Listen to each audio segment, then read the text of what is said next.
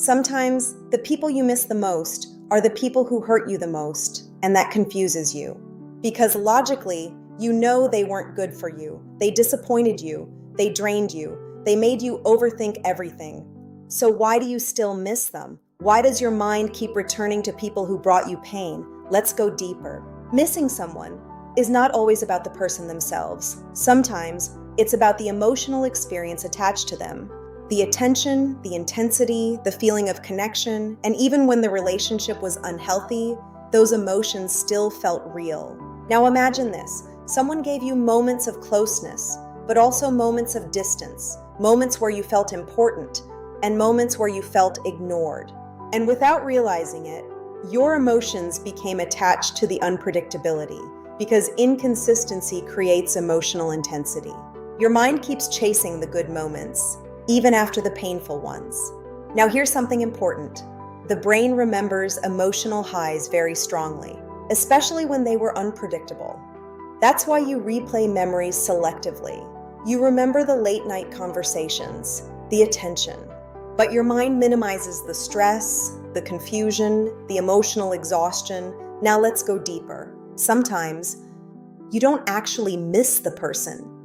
You miss the hope attached to them, the version of the relationship you wanted it to become, the potential. And letting go of that hope feels like losing something emotionally important. Now here's the deeper truth. People often become emotionally attached, not to stability, but to emotional patterns that feel familiar. If you're used to inconsistency, calm love can feel unfamiliar. And emotional chaos can feel strangely attractive. Not because it's healthy, but because your mind recognizes it. Now let's take it one level deeper.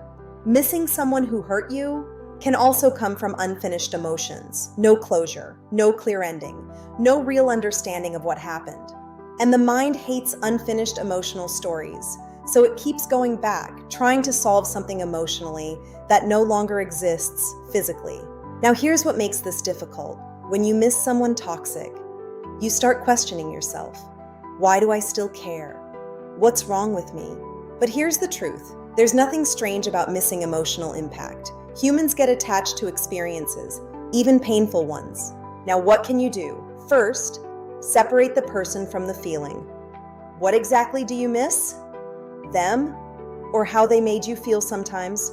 Second, stop romanticizing moments while ignoring patterns. A few beautiful moments do not erase emotional damage. And third, understand this clearly. Missing someone does not mean they belong in your life. Now here's something powerful. Healing begins when you stop confusing emotional attachment with emotional compatibility, because someone can affect you deeply and still not be right for you. So if you miss someone who wasn't good for you, don't judge yourself. Look deeper, because sometimes what we struggle to let go of is not the person. It's the emotional story we built around them. If you want to understand emotions and human behavior on a deeper level, subscribe. Because sometimes the people we miss the most teach us the deepest things about ourselves. New videos every day on YouTube.